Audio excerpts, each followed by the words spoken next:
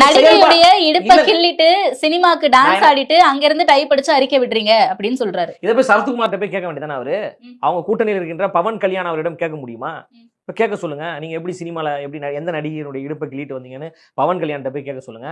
இப்போ உங்க சரத்குமார்ட்ட கேளுங்க. மிட் நைட்ல தானே கட்சியை கழிச்சிட்டு பிஜேபியில் வந்து சேர்ந்தாரு. அவர்கிட்ட போய் கேளுங்க அண்ணாமலை அவர்கள்.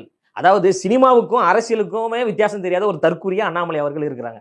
எதுக்கு டாஸ்மாக் அலுவலகத்தை நீங்க முற்றுகையிடுறீங்க? இடி ஏற்கனவே 1000 கோடி ஊழல் நடந்திருக்குன்னு சொல்லியாச்சு. சொல்லி ஒரு வாரம் ஆக போகுது. அப்போ அதில் சம்பந்தப்பட்ட அமைச்சர்களையும் அதில் சம்பந்தப்பட்ட அதிகாரிகளையும் கைது செய்ய வேண்டும் என்று இடி அலுவலகத்தான் முற்றுகையிடணுமே தவிர நீ போயிட்டு டாஸ்மாக் அலுவலகத்தை போய் முற்றுகையிடுறீங்க. அப்ப யாரை காப்பாற்றுவதற்கு உண்டான வேலையை செய்றீங்க? இதே போன்றுதான் அண்ணா யூனிவர்சிட்டி விவகாரம் வருகின்ற பொழுது யார் அந்த சார் அப்படின்னு தமிழ்நாட்டில் இருக்கிற எல்லா மக்களும் முற்போக்கு சக்திகளும் ஜனநாயக சக்திகளும் போராடி கொண்டிருக்கின்ற பொழுது தற்கூரித்தனமா அரை நிர்வாணத்துல தனக்குத்தானே சாட்டை அடித்துக் கொண்டு அந்த போராட்டத்தை திசை திருப்பியது யாரு? அண்ணாமலை தான்.